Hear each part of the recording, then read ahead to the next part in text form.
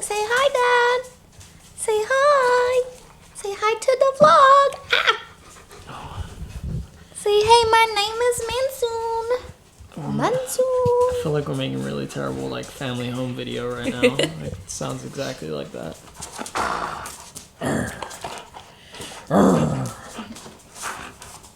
Give me the damn fucking toy.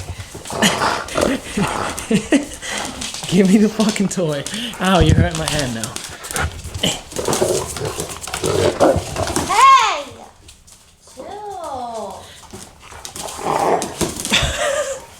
Ari, the thing's right, yeah. It's right there. There we go, go, go.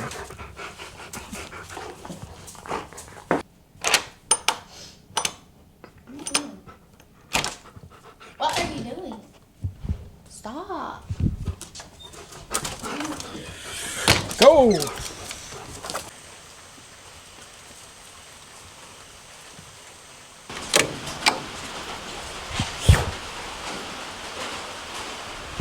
What's going on, guys? Welcome back. Today's video is brought to you by none other than Bag Riders. Just kidding, it's not actually brought to you by Bag Riders. They did not sponsor this video, but they do a lot for me in helping me out and sending me clothing here and there, so I do want to give it back to them and just let you guys know that if you need air suspension parts, you need management, bags, fittings, airlines, tools, replacement parts, replacement bags, etc., etc., hit up bagriders.com. They have absolutely everything for pretty much every car. They have universal bag systems. They have Airlift specific struts for specific cars. They have all kinds of management options, all the regular Airlift, AccuAir stuff. The stuff that I would actually recommend is Airlift and AccuAir, obviously. They just have an absolute ton of stuff. Great customer service. If you send them a message on Instagram or wherever, email them, they will do whatever they can to help you out if you have any questions. So hit the guys up, order your stuff through them if you're thinking about doing this, and excuse the rain. Shop is kind of loud when it's rainy and the weather is shitty today. But today's video, we are doing something that I kind of needed to do a long time ago. Well, actually, when I first bagged the car, this is how I should have done it, and I didn't. So if you haven't watched the videos previously, I will explain and then talk about what's going on today. So, first things first, if you're new to the channel, this is my 2000 UCF20. It's LS400 Lexus, if you didn't know what UCF20 was, the chassis number. I should hope that you guys aren't completely new because this is a whole build series on this car. If you're wondering why the fitment looks trash, it's because the car is on jack stands right now. And if you haven't guessed, the car is on jack stands because we are doing shit with the air suspension today. Probably also really confused because if you do know anything about my car, you probably already knew that it was bagged. And so you're like, if it's already bagged, why are you bagging it again today? Well, I'll explain. Okay, so what I have right here is the air suspension that was on the car. You probably see a brand name on it. You've probably never heard of it. And I don't recommend it. Okay, so if you've been around here for a minute, you will probably know that when I bagged this car, I actually picked up the entire air suspension setup for this thing for $500. Now that is an insane deal, and honestly, before I bought that, I was very questionable as to whether it was going to work or not. But here's the deal. Picked it up used from somebody that was desperate for money at the time and just needed it gone. They assumed that there was something wrong with it, and there actually wasn't. The system was in perfect working order, and this system itself is the Vera Elite V2, I think? Vera Elite something. It's not even like a cheap system. It's not like it's manual management that's like super affordable. I mean, this setup probably costs over $3,000 with struts, which is about what you'd expect for airlift stuff anyway. Yeah, I got the whole setup, the tank, management, compressors, wiring, controller, everything, and the struts for $500. So yes, very, very good deal. I ended up replacing one of the bags because the other one had like a kind of a rubbing mark on it, and it was probably fine, but just to be safe, I replaced one of the bags. But anyway, we're not here to talk about the old air system. Although I do need to kind of premise why it's the old air system and what's happening about a new air system and why I'm changing, etc. So, first things first, my intention was when I bought it that if there was anything wrong with it, I could just sell some of the parts and make the money back. And it turns out that it worked fine. So for the past 6 months or so, I've made do with it, and it has worked fine. Kind of fine. It's worked somewhat. It's done its job somewhat. I'm gonna go over some issues with this system just to clarify. But anyways, let me cut to the point. I am switching this management out for Airlift 3H. Now, most people will go with the 3P system, 3 being pressure based and 3H being height sensor based. And the reason that I went with a 3H system is because I tend to load this car up with some heavy shit. So with a pressure-based system, it will basically have presets, and the preset is based off of the pressure, so it'll just fill the bag up to a certain pressure. Now, if you put a ton more weight in the car, so say you have it at like 60 psi, you put a bunch of stuff in the car and then it's the same height, but it's reading 75 psi, well, the system is going to be like, oh shit, that's supposed to be at 60, and it'll correct it to 60, therefore lowering the car, which is not exactly what you want.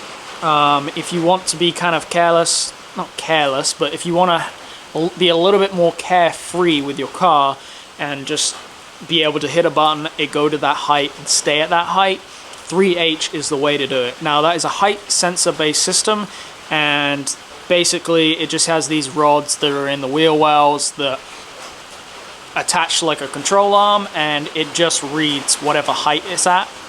And so no matter what stuff you put in the car, the preset is set to a height. So you can load it up with a ton of stuff, it will go to the exact same height every single time. And yeah, I just decided that that was the way to go. If I was going to do it, I had to do it right. And Airlift is just the shit, honestly. They have great warranty, their systems are extremely easy to use, they're very plug and play for the most part, whereas this system, let me show you. Right here it doesn't look all that complicated. I mean, it's a little bit messier than an Airlift system. Looking at it right here, you have all of the pressure sensors off the back of the manifold. These are individual solenoids.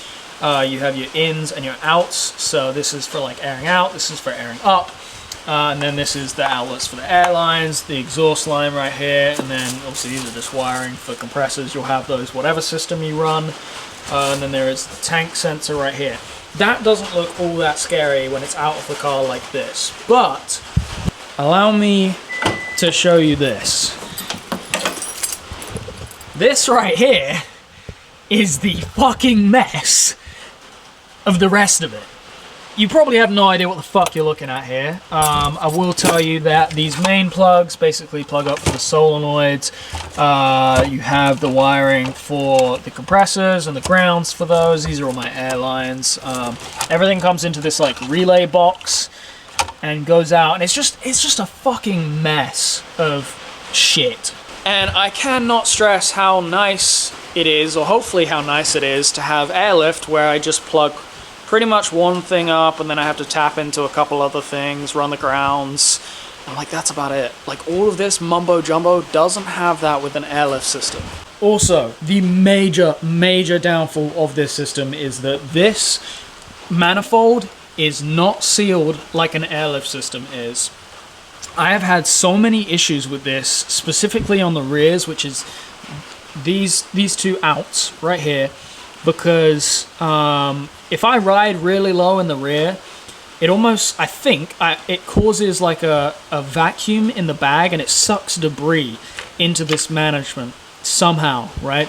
And I have problems all the time where like the valve inside of here gets like a little bit stuck open on like just a piece of debris, and it'll air out. This was an issue that I was constantly running into with running this system, and I basically just had to pull it apart and clean it once a week probably, if not more. It depends how often I drive really low in the rear. If I drove higher, I didn't have any issues with it, but it was just one of those things that's super, super stupid, and you don't really want it with your Airlift. You want something that is reliable, you hit a button and it does its thing. This did not do that. Also, this system does not, although it is like not manual management, it's basically manual management. It has presets, but they're totally unusable. The preset setup for that was really stupid, where it would basically waste so much air getting to the preset pressures, and the sensors are so faulty, they never read correctly. So the only times that I'd ever use the preset, it would basically air halfway up, need to turn the compressors on to get air back into the tank. Useless. And then it doesn't actually like auto adjust as you're driving. It doesn't sense that you've lost pressure, or maybe the pressure's changed, and adjust. Nothing. Is just really terrible. So for the whole time that I've been using this, I basically just hit the 2 up front buttons, hit the 2 up rear buttons, and then when I want to air out, I just hit the air out button. And like I said, the sensors are very unreliable.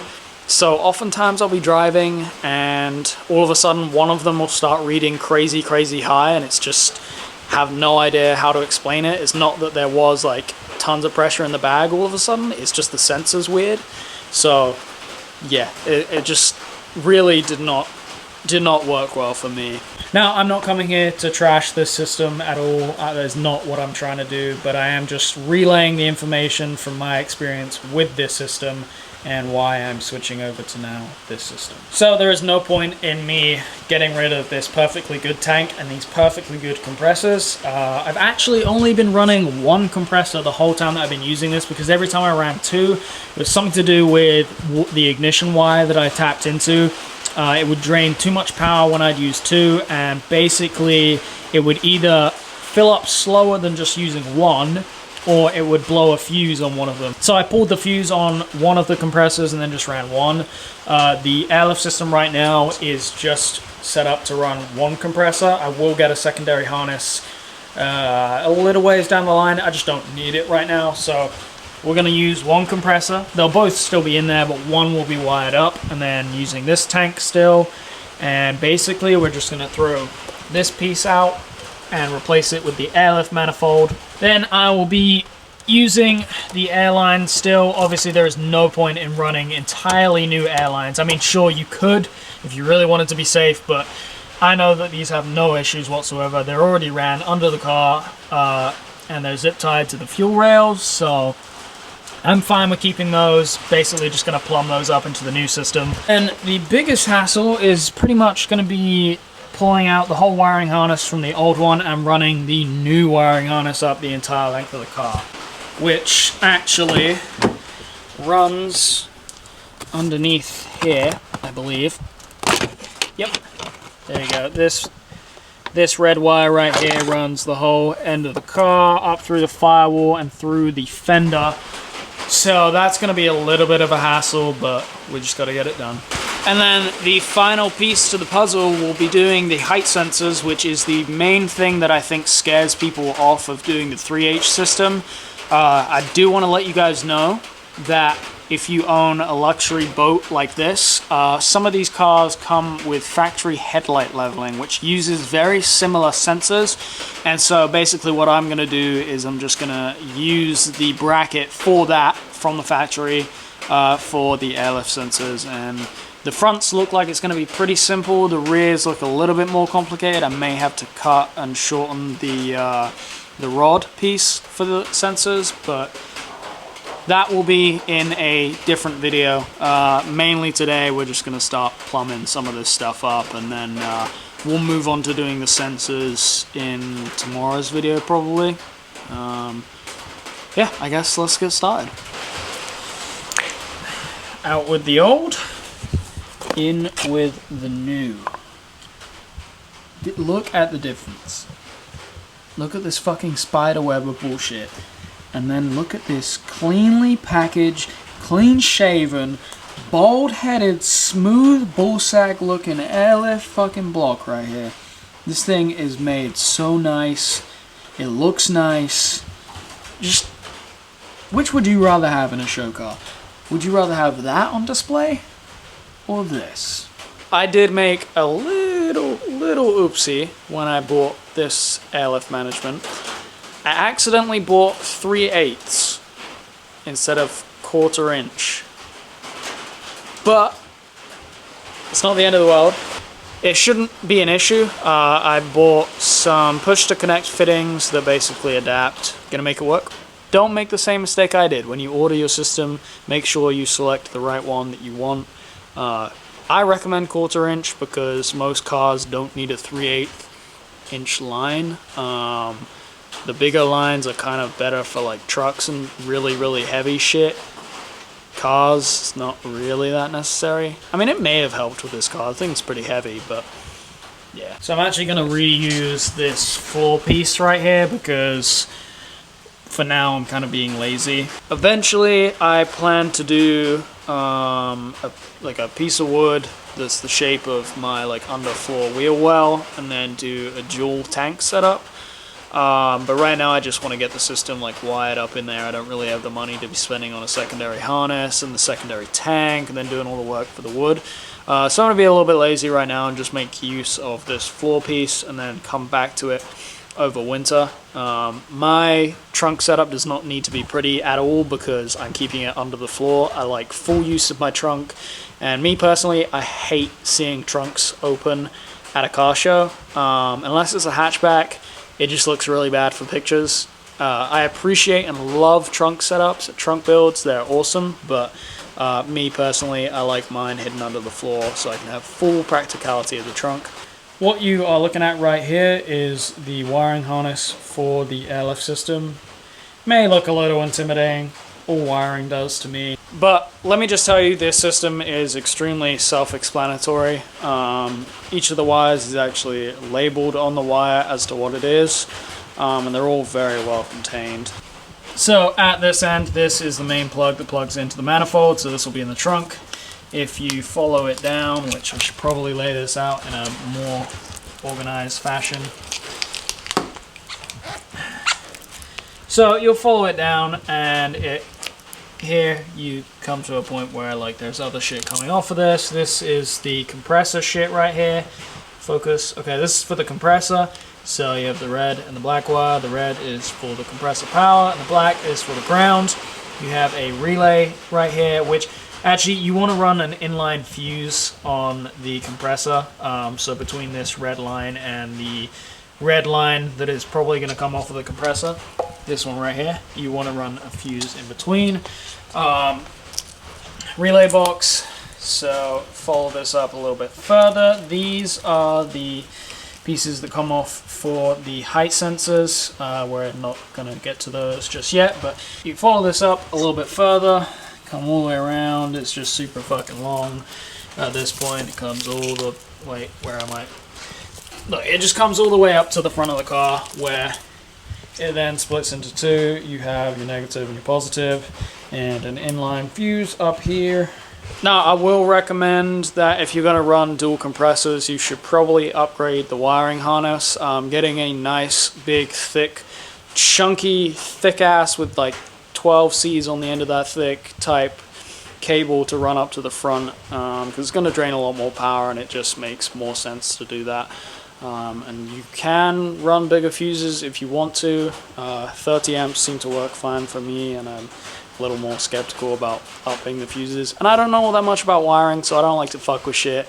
If you guys do know more about wiring, please go ahead and let people know what the recommended fucking fuses are that you should run if you're going to run like a bigger wiring harness. But anyway, right now I'm just going to use the factory one that they give me from Airlift, and when I go to a dual compressor setup, we'll upgrade it and so forth. Okay, so I pulled apart all of the fucking bullshit wiring that was in here, and because this was already ran through the car, it's kind of complicated. The gas tank is right here in the trunk, so it's kind of awkward running it up the side, and the best way to do this if you don't already have it ran is to use a coat hanger and kind of just bend it and wrap it around the thing and then pull it through. Like you'll poke the coat hanger through from the opposite side and then like wrap it around it and pull it through. For this one, I shouldn't have to do that because I'm basically going to wrap the new wiring harness around this, maybe zip tie it or something. Oh, hello. Get the fuck out of that. And then, yeah, we're just going to pull that up through there and basically do the same thing along the whole car, even for the firewall and the fender. I do just want to premise before I do this, I am not an expert. I feel like I sound like I know exactly what I'm doing and that I've done this a million times in this video, but it's all a charade. Charade, that sounded very English. Charade. I've done this a couple of times on a few different cars, and I'm just trying to have as much confidence in myself as possible, because if I think that it's all going to go well and it's all going to be easy, then hopefully it'll just go well and be easy. And I kind of just want to get this done, so I'm going to figure it out on my own, and that is the way that I learn best. So if you guys are out there and you're scared to work on a car because you're worried about being judged or not knowing what you're doing, just get your hands dirty, figure it out. You know, it's not that difficult at the end of the day. Just like trial and error, work through problems. You learn pretty quick how to do stuff. Okay, have the main part of the harness pulled through, still attached. I'm going to keep it attached because I want to be able to pull it through the rest of the car. But that went pretty smooth. I'm going to focus on getting this all the way up to the power supply first before I do the rest in the trunk. Now, as I go with this, I am going to be tucking it down under all the trim pieces that I can, and then making sure I just have a little bit of slack if I need it. The harness is run all the way under there, and probably not going to be able to see too well, but up and around the top of the fenders and through here, and it was just long enough.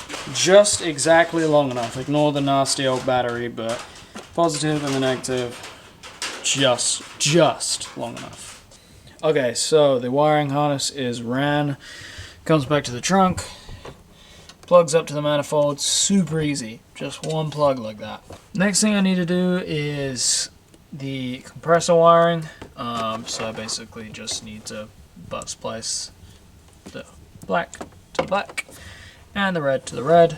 I put a water trap in here because I didn't have one previously, and when I drained this tank last night, there was a lot of water in there. The old management didn't care too much, but I would really be upset if I got any water into this system. So remember guys, that's pretty important. Get a water trap, and then you just run a line off of the bottom of it down to the outside of the car. I need now just to run this, which it will not focus. Please focus. There we go. This is the ignition wire.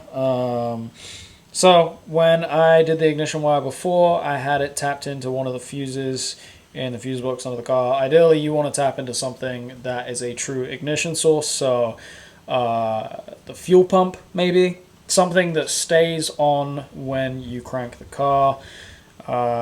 An accessory is not going to do that. It's kind of going to go in and out, and you want it to make sure that it gets a consistent source throughout, turning to ignition and then turning to full power. So yeah, I'm going to have to run this all the way up to the front and tap it into that fuse box. Ignition is ran, it's tapped into the fuse. The ground is in. The only thing I haven't done now is wire up the compressors. But, well, I haven't even started the car and the controller is on, so can't tell whether that's a good or a bad sign. I mean, the good news is we know that this works. Everything is powered up. Just not sure as to why it's getting power now, because the car's not on at all. Keys are not even in the ignition. It may just be because I just reconnected the battery. Try that again. There you go. Seems like we're good. We're just going to hit some of these and check that the exhaust valve is going to work.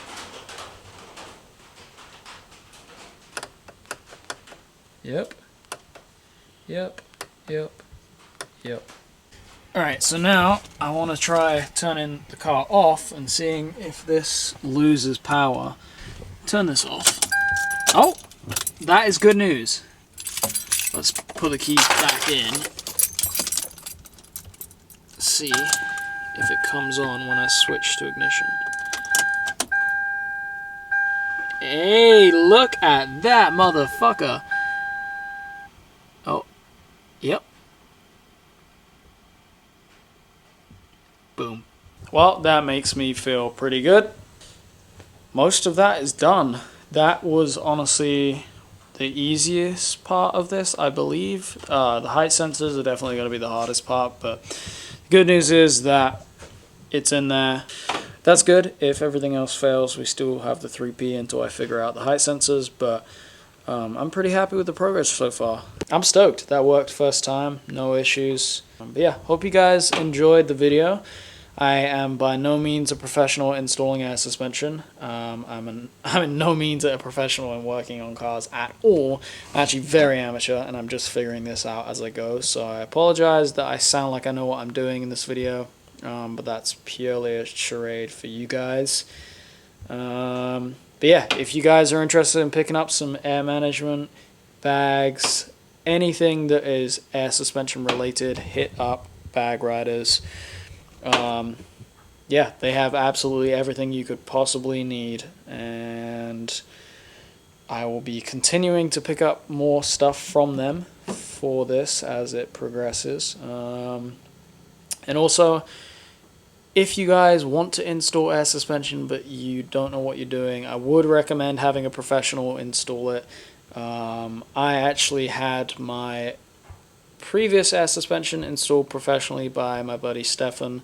Although we did do it at his house, he has installed shit tons of Airlift, tons of different air suspensions, so it definitely helps to be with somebody who knows what they're doing, at least when you first do it, and then after that it's pretty self-explanatory. You pick up on a lot of things just from watching someone else do it, or just being around and trying to help.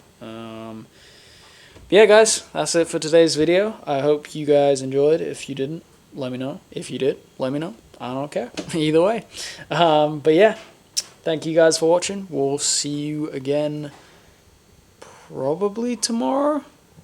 It depends. We'll see how this goes. But thanks guys. I'm gonna do some gangster ass fucking outro right here. We'll see you guys tomorrow.